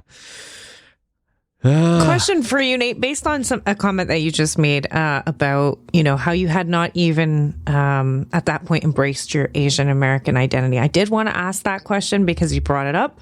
I wanted to ask it to both of you. I want to interject to just take a moment to be like, at what point in your life did you do I'm Asian American and I want to embrace that piece of my identity? I acknowledge it. I want to learn. I want to embrace that piece of who I am. Both of you, I'd love to hear your when did that happen? That's a two-parter for me because I was in InterVarsity Christian Fellowship in college in the early 90s, late 80s, early 90s, when the first wave of like diversity was hitting, even in some sections of evangelical Christianity. So that was where I was told it's good and important that you're Japanese American. You should explore that. But it was in the context of evangelical Christianity. So it was kind of like half-assed. It wasn't until Elaborate, please, for people, because we have lots of people that listen that are coming out of that kind of a background and maybe are not aware of all the pitfalls or starting to come to terms with it. I was lucky. It was mostly good. Other chapters of InterVarsity were not as good about it. We had a lot of Asian folks at UC San Diego. So it was good in that it did force me to find like pride in my being Japanese American. But it was always in the context of, but that's secondary to your salvation and your identity as a Christian. And there was still this sort of underlying white supremacy thing. I was diversity. It wasn't like I was learning this so I could, be centered. It was more like celebrated as one of a myriad of identities, all worshiping Jesus in heaven, because that was the idea. It was, heaven-minded. In the descriptions of very few that we have in the Bible of, like people of all nations praising God forever. It sounds like a terrible revival meeting that just goes on forever. So it, like I said, Asbury, in that sense, part 2, Asbury, forever Asbury. That doesn't sound like fun. And no, it does not. Yeah, and it didn't. And I was lucky. We did get into things like racism and systemic racism, so it introduced me to it. But like I said, it was kind of half-assed. It was like, let's not dwell on this. Jesus has redeemed us all and blah, blah, blah. So it wasn't until later where it was just like stripping away the Christianity and just diving into, like Nate brought up the idea of Asian American earlier. It's like, it's problematic. It doesn't describe anything specific, but it's what we have as a political force in this country. And it's our only way to have a voice at the table in politics and in systems of capitalism. And so having that without the shackles of evangelical Christianity happened when I was closer to like in my early 30s. So, and that's how I became the sort of bitter, angry, cynical person that I am today that is so much fun to be around. That's not true. I mean, the cynical but not fun to be around person is not true at all. But I do want to say your book is I know I've read your book, or I've actually heard you narrate it, which is even cooler for people who like audiobooks. You have that version available as well. But you definitely do tell the story of your, so I do sort of know some of the answer to this, of your learning about your own heritage and embracing it in the community you've been a part of out there, and how that's been an important part. If the listeners want to hear more. Yes, that's what I'm trying to do. You got to go check out Scott's book. This book, Asian American Apostate. It made deconstructing very easy because I had this other community that had so much more love and support than I ever had in church. Yeah. I unfortunately didn't have any of that. At Bob Jones, they didn't teach you to be proud to be Asian American. Oh gosh! Listen to Nate's has episode. Stories. On chapel probation. I mean, apparently even the Asians at Bob Jones, he had a lot of Koreans, I think, that came in from Korea, where like had to be careful about speaking Korean. Yeah. Well, there were rules for the Bob Jones Academy students who were living on campus. They were not allowed to speak Korean. And there were limits on. Yeah, right. No, it's because they're on exchange and they want to make sure they learn English properly. Yeah, We'll omit the language that what Jesus your dorm spoke. rooms are named after at Bob Jones University. We'll just leave out, the history and the Yeah. Learn American like Jesus. Mm-hmm. Exactly. I think for me, it really, like Scott, there were two parts to it, but there was the part where I realized that I had been actively fighting my Asian identity. And it was like my family was privileged enough to be able to go to Japan quite a few times over the course of my life. Like every few years we would go back. My grandfather would try to get family reunions when I was a kid. He passed away when I was in late elementary school, but we would still go back. Like our family just made it a point to get together your grandma was still there and she was still alive. Yeah, and every few years we would go back to Japan. But I always remember as a kid, every time I went to Japan, just feeling the need to assert my American identity every time I went, whether it was through the clothes that I wore, like I would always bring my New York Yankees like ball cap or t-shirt or something. Sorry. Asians in baseball. just as a way to like, assert this is where I'm from, but then of course there were other people around there who just had Yankees apparel because Hideki Matsui was playing and like, hey, Matsui. But yeah, I always felt like America was superior. I mean, I wouldn't have put it in so many words, but that was the thought that was running through my mind at a subconscious level. And I remember one of the more recent times that I was in Japan, it coincided with my dissatisfaction with church, with frustrations I was having as a volunteer. I was attending Hillsong at the time, and just a lot of the frustrations I was having there, and my growing interest in interfaith conversation, growing interest in conversations from like outside of Christianity, embracing ideas or learning about ideas coming from Buddhism and other faith practices. And so that time I was in Japan, I looked at everything through a different lens. And rather than looking at the statues of the Buddha and the statues of the kami with this sense of fear about, which was your fundamentalist sort of outlook on a lot of that, right. Probably I had this, as a Christian, I had this fear of like the kami in Japan as demonic spirits, demonic influences. And that last time, well, not last time, but one of the more recent times that I went, I walked around in those temples and I observed and I watched people expressing a different kind of belief system, a different kind of faith practice. And they might not even call it faith. It's just, this is our tradition. This is how we view the world, how we exist in nature and in society and so on. And I went home and I bought a book about Shinto and I read through it and I just started to really try to embrace that side of myself. And that was sort of that discovery of what it meant to be ethnically Japanese.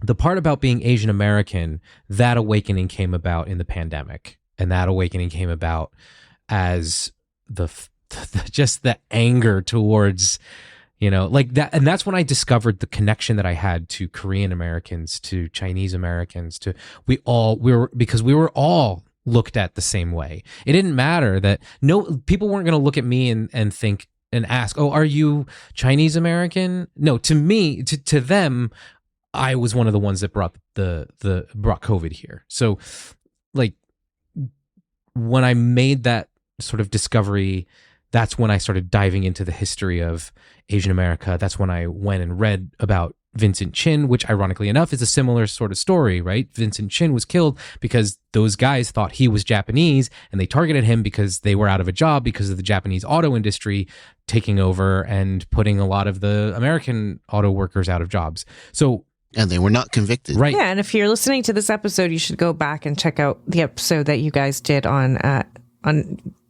this time last year, Asian Americans. I think that's the title of it that you guys are both in on our podcast. And I think you talked about. One of the first episodes of Full Mutuality that I ever listened to was going over your Asian American identity during the pandemic. It was very moving. And that was very early on. That was when I was starting to sort my thoughts on all of this, and when I was starting to come to some realizations about who I am. Because I think I was also wrestling with the fact that I'm ethnically Japanese. I'm not culturally Japanese.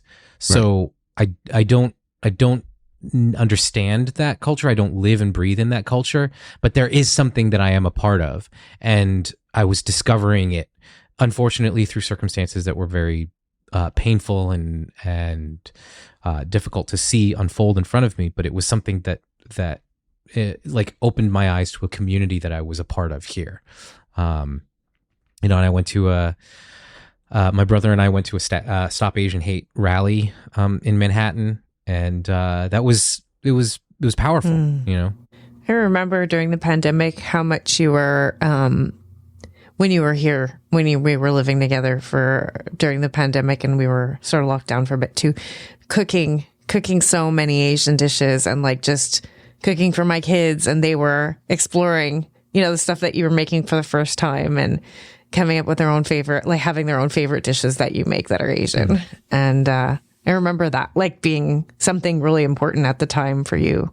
Like I just remember a whole side of you just coming out where that just had a different meaning to you. Yeah. Uh-huh. Yeah, it was an interesting time. But yeah, I would say that was probably like where that awakening came about. And since then it's just been more like I want to educate myself, as much as possible, reading, like voraciously reading about the Vincent Chin incident and the aftermath, voraciously reading about Yuri Kochiyama and her friendship with Malcolm X. And this is like that doesn't get talked about enough. No, it really doesn't. I read about Yuri Kochiyama and I'm like, oh, she would be like, if she were my Obachan, imagine the kind of person I would be, Obachan being grandma, I know that. Yeah. But anyway, so we've been going for a while. I want to have a little bit of fun with you. Before we do that, I do want to mention to our listeners that, Scott, you have a Substack, and there is a piece that you wrote in your Substack that moved me to tears, and it was your reflection on Oppenheimer. Oppenheimer? not the film itself, but like the kind of excitement around and the hype around Oppenheimer. Because same, moved to tears listening to that. Oh yeah, that's right. You recorded it as well. I put it in one of my episodes. Yeah. Mm-hmm.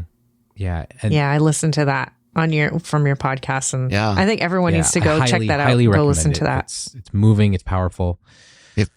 If people are still listening to this, I know. If you're still listening at this point, here's one more way to feel bad. No, it's important. If you're a movie buff and you saw that movie, go listen to like Scott's like you were saying, I don't want to yuck your yum. If you enjoyed Oppenheimer, if you're like a big Christopher Nolan fan, fine. I think I wrote about it as well. Shared some of my own thoughts, and like there are reasons that I've steered clear of that movie and probably will never watch it. I didn't watch it. Yeah, and that's not a surprise. I don't watch that many movies. But I think you shared it so powerfully how you felt about that movie and about the lessons that we can learn from the sort of furor around that movie. But yeah, it was just about Asian erasure. Mm-hmm. It's just that if you're going to make a movie about the guy who directly affected all Japan in that way by inventing this bomb that gets tested at the end of the war, did they need to? Probably not. But it was just like this big moment in history. And you're not going to even like show the humanity of the people it affected. That was the problem I had. It was just like, and people are saying, oh, it was such a good performance. But in the end, you're celebrating him. Right. You're lionizing him as this historical figure who played by an A-list actor who will be, you're sympathetic to him. Oh, it must have been so hard for him to invent this and have that on his conscience. Oh, poor guy. Wow, that's deep. It's like, sure. And also the hundreds of thousands of people who died because of the bomb. Yeah. But there is none of that. It's not even an afterthought, really. And right? I think that was something. So someone had brought up to me like, well, that wasn't the story they were telling. And I'm like, right. Then why tell it if you're not? If you have this massive moment in global history, you want to tell that story. Why leave out the Japanese? Why not even bring them in? Like, that's not the story that you're telling. Yeah. But that's a decision that you're making to ignore that side of the story. Yeah. So yeah, anyway, go check out Scott's, either if you want to listen to it as a podcast episode or if you want to read it, he's got it on his Substack. And I'll link to both. But anyway, I do want to kind of pivot to some fun stuff. And to give you a chance to plug your other work. So you are one of the hosts of the Asians in Baseball podcast. Which you have been on. I have been on. And so I don't want to steal your thunder. I'm way, way behind on the show. So I hope to catch up at some point. But like I said, I don't want to steal your thunder. So I don't know if you guys have talked about this yet on your show, but you had mentioned Manzanar, which is probably one of the most well-known Japanese American concentration camps. Yeah. But there's a project that someone named Dan Kwong is organizing. Yeah, I know Dan. Oh, okay, cool. So then you're aware of the project then? Yeah, there's another podcaster, Quincy Surasmith, who has a podcast called Asian Americana, and he and I are going to team up to do something around this event. So they're restoring the baseball field, and I've been there many times. I've run the bases, and I have pictures of me posing on the mound and nice, pretending to hit. It's just a dirt lot that you can kind of see used to be a ball field.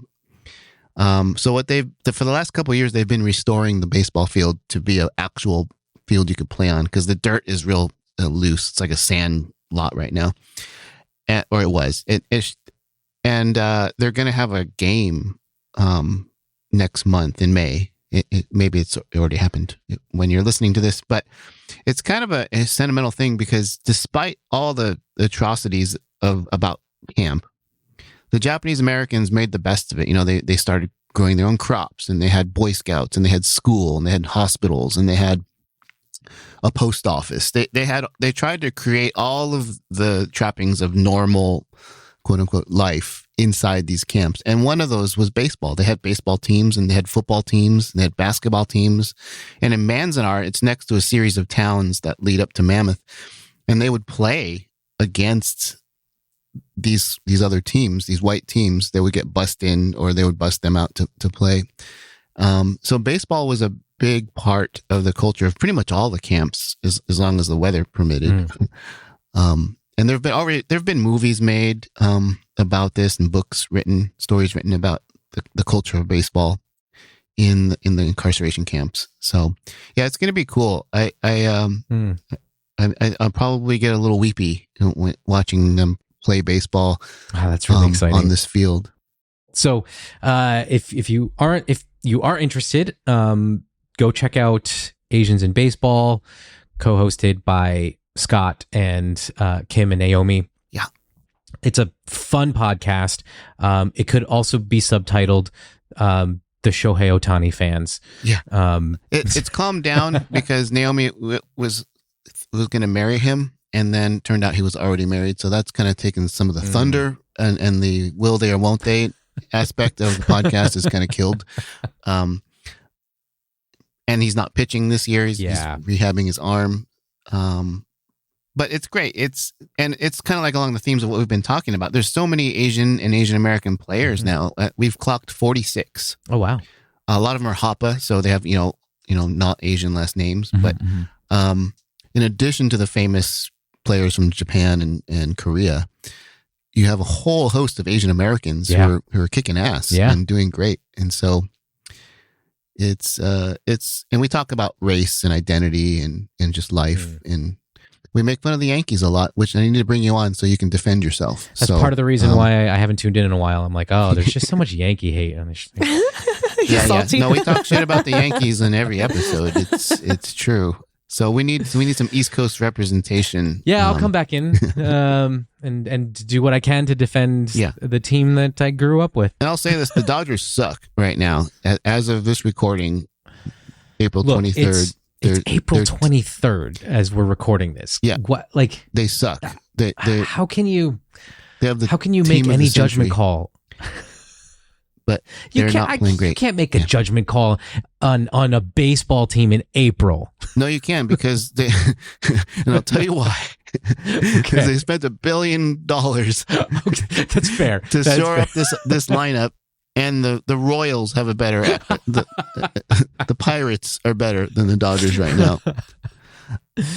now. So they'll be fine. But yeah, it's really hilarious. I mean, I'm a baseball fan. I'm a Dodger fan, but I have mad respect for the Yankees and the history. I know all of the storied players. So it's all. He's fine. a baseball guy, Nate. I think we need to move him out of there. We need to have questions for Scott. That I do. Here we go. I know. Like I know your baseball focus, but we got to broaden your. Your horizon. Enlighten me. Yeah. So with this puck sport. So I want to. I know you don't have much knowledge, so I'm not expecting a very high score. I'm setting my expectations. Yes, and I didn't cheat. You showed me the questions, and I didn't look anything up. Cool. You didn't go look it up. Okay. Yeah. So these are hockey, and I'll give you one because I'm a huge English Premier League fan. So there's a soccer one in here, or global football. So we'll ask the hockey ones first. So the first question. Who was the first Japanese player drafted by an NHL team? And this is a little bit of a trick question because there are two possible correct answers for this. Is Paul Kariya one of them? No. This player predates Paul Kariya by a little bit. I don't know the answer to this. Yeah, I don't know that. Okay. That was my only. So the guy's Asian, name is Hiroyuki Miura. He was drafted in 1992 in the 11th round, 260th overall by the Montreal Canadiens. The other possibly correct answer would have been Taro Tsujimoto. In 1974, he was drafted in the 11th round, 183rd overall by the Buffalo Sabres. However, he doesn't really exist. He was drafted as a joke because the Sabres GM wanted to point out the absurdity of how long the NHL draft was. Yeah. So he was like, I'm just gonna he got one of his front office people to make up a name, and the guy I don't remember the whole story, but I think he had a favorite Japanese restaurant, and so he named this guy after his favorite Japanese restaurant or something like that, and gave him this whole backstory about how he used to play for the Tokyo Katanas or something, made up a Japanese hockey name, team name.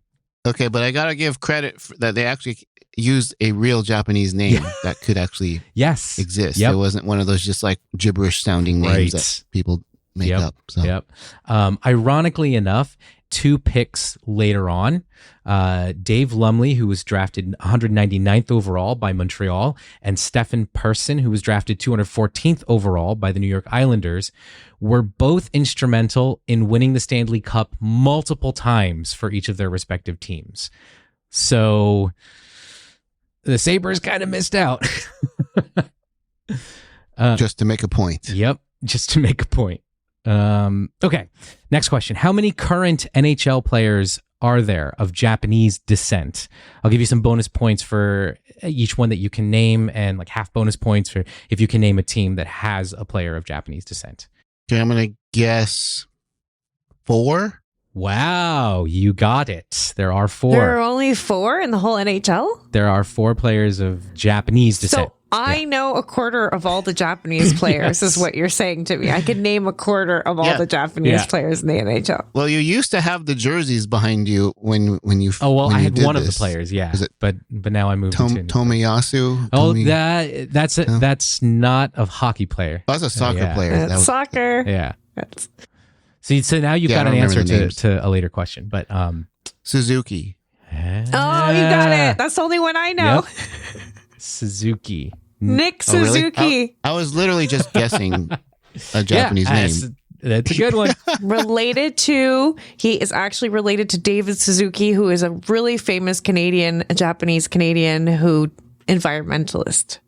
Right. I remember that story, but I honestly didn't remember that it was Suzuki. Okay.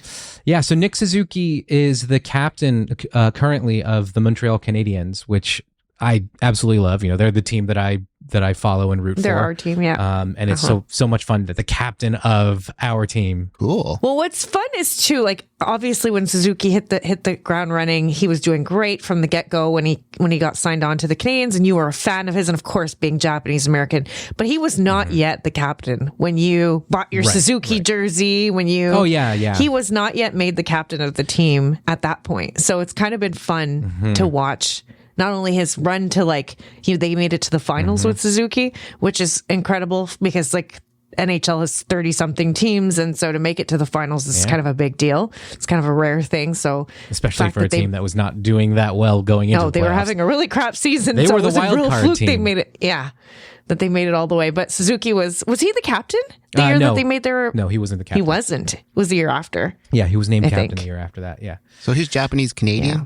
He is. He's Japanese Canadian. Yeah. So yeah. Very So cool. you got that there are 4. I'll just go ahead and give you the names because I just guessed.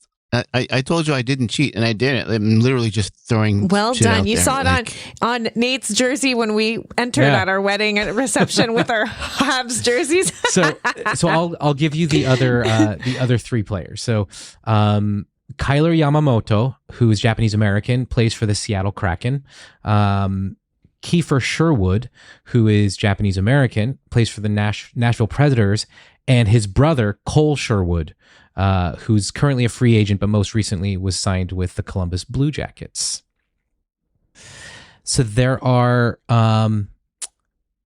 a brand new league, women's hockey league, and so it's a little bit harder to get stats on to get histories on Asian Americans because these players don't have full entries on sports websites. So I had a harder time finding Japanese American and Asian American and Asian Canadian players and getting any sort of definitive information on that.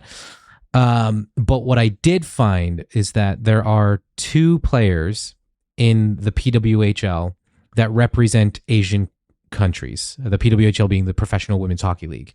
Can you name the 2 countries?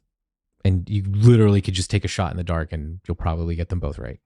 I'm going to guess they're East Asian. So Japan? Yep, that's one of them. Korea? Not Korea. I'll let you... Taiwan? Not Taiwan. China. So Japan and China. And the 2 players are Leah Lum, who plays for PWHL Montreal. She was actually born in British Columbia and played hockey at UConn, but declares for the Chinese national team.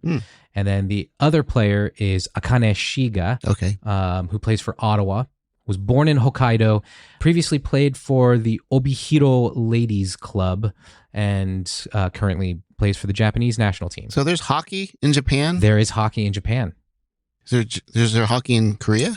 There is hockey in Korea. Wow. Yeah. The Japan is, especially on the women's side, they're actually, I wouldn't say excelling, but they're probably the best in East Asia. Cool. Yeah. They cannot compete against the US or Canada, but they can hold their own pretty well against Switzerland and Sweden. Oh, some of those other teams. Yeah. Okay.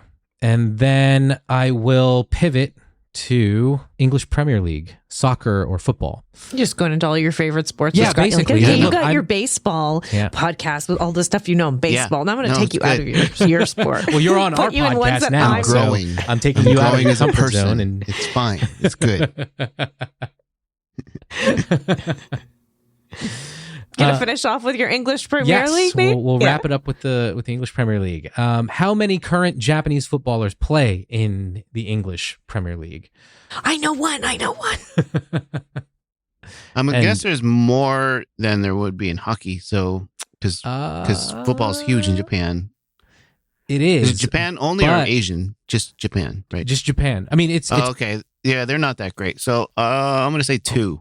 no. There are. I'll give you a hint. It's the same number as NHL players. Oh, it's 4? It's 4. Yeah. So specifically, I mean, there's a little bit of like background here as well, because specifically the English Premier League, there are 4 Japanese players. But in European football in general, there are more players. I just don't know them off the top of my head because I don't pay as much attention to the other leagues. Most of the Japanese players who are playing in Europe play in the German Bundesliga. But Yeah, I was asking you, where do the Japanese players tend to gravitate more towards? I was like, is it mostly the Premier League in England? No, and you're like, it's no, it was Germany. Yeah. Yeah, Their it's style- interesting. Axis connection. yeah, I read We that can make that as joke. I was reading up, when I was reading on the internment camps, I read that the Italians were also put in them as well. I did not know that in Canada, at least. So a few, not Yeah. like in mass. right. no, not at the same level. Absolutely Yeah. not. Yeah. Yeah. So interestingly enough, Japan has the highest coefficient rank in Asia among FIFA countries, and they are most likely, if you look at like the statistics and everything, out of the Asian teams, they are the ones most likely to next win the World Cup. If they could, ever get to that point. They made it pretty far at the last World Cup. And they are, when it comes to Asia, they are the country to beat. And then I'll just quickly name the players. So, Wataru Endo. Tomiyasu. Yeah. So Takehiro Tomiyasu plays for Arsenal. Wataru Endo plays for Liverpool. Daiki Hashioka plays for Luton Town, and Kaoru Mitoma plays for Brighton. So there you go. There's all the little Japanese sports trivia for you. Yeah, we got some points in there. You had some names, Scott. It's not. It wasn't dismal. Swirling around up there. It happens. I'll clip this segment and send it to your co-hosts and be like, hey, check it out. Your other co-host knows something Now, about. and my co-host Kim, she's our racial profiler. She literally goes through every picture of every baseball player to see if there's some Asianness in the face. So if you want her to go through the women's hockey league, she's really good at this. Oh. Sniffing out the Asians. Maybe I'll do that. Positive racial profiling. Yeah. So when are you getting Asians in hockey going, Nate? When is that happening? There aren't enough, and I can't seem to find somebody who wants to It's only co-host 4 with of them. Well, no, there are only 4 current NHLers, but there is a lot of history. Like Scott mentioned Paul Correa. Matt, and those are only the players of Japanese descent. Yeah. I didn't even go into the players of Asian descent in general. Right. Yeah. Because there are still quite a few more. But yeah. Anyway, I think we've rambled on this long Who's enough. still We've got to listening go off. after 2 hours. I know, right? To all this. You should get a prize. These are you get your Yeah. ally Yeah. points. Yeah, you're leveling total. up as ally. If you're not Asian, you get ally points. You know what we'll I do see. is we'll put a secret code here, like a word, and if you text us a word, we'll send you a free copy of Scott's book. Ooh. If you message it to us, if you send an email to nate@fullmutuality.com with the word, what's the secret word going to be? Let's see. Oppenheimer. Okay. If you send a message to nate@fullmutuality.com and mention Oppenheimer, You need to be educated. You're Yeah. going to get a copy of Scott's book. I'll have Scott send you a copy of his book. Cool. All right, Scott, thank you so much for doing this with us. This was a lot of fun. No, I love you guys. It's always great hanging, talking, Yeah, sharing absolutely. life. All right, now Beautiful. let's talk about the juicy stuff.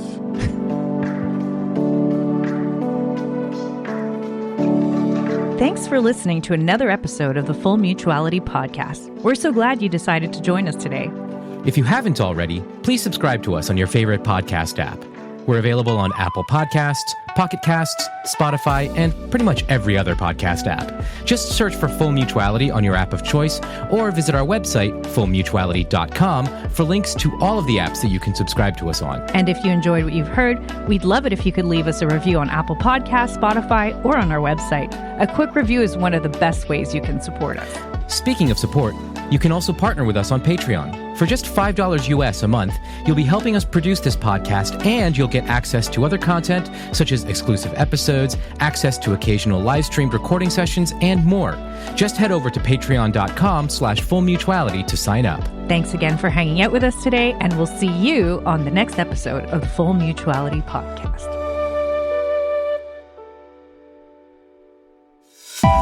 This is a Dauntless Media Collective podcast. Visit dauntless.fm for more content.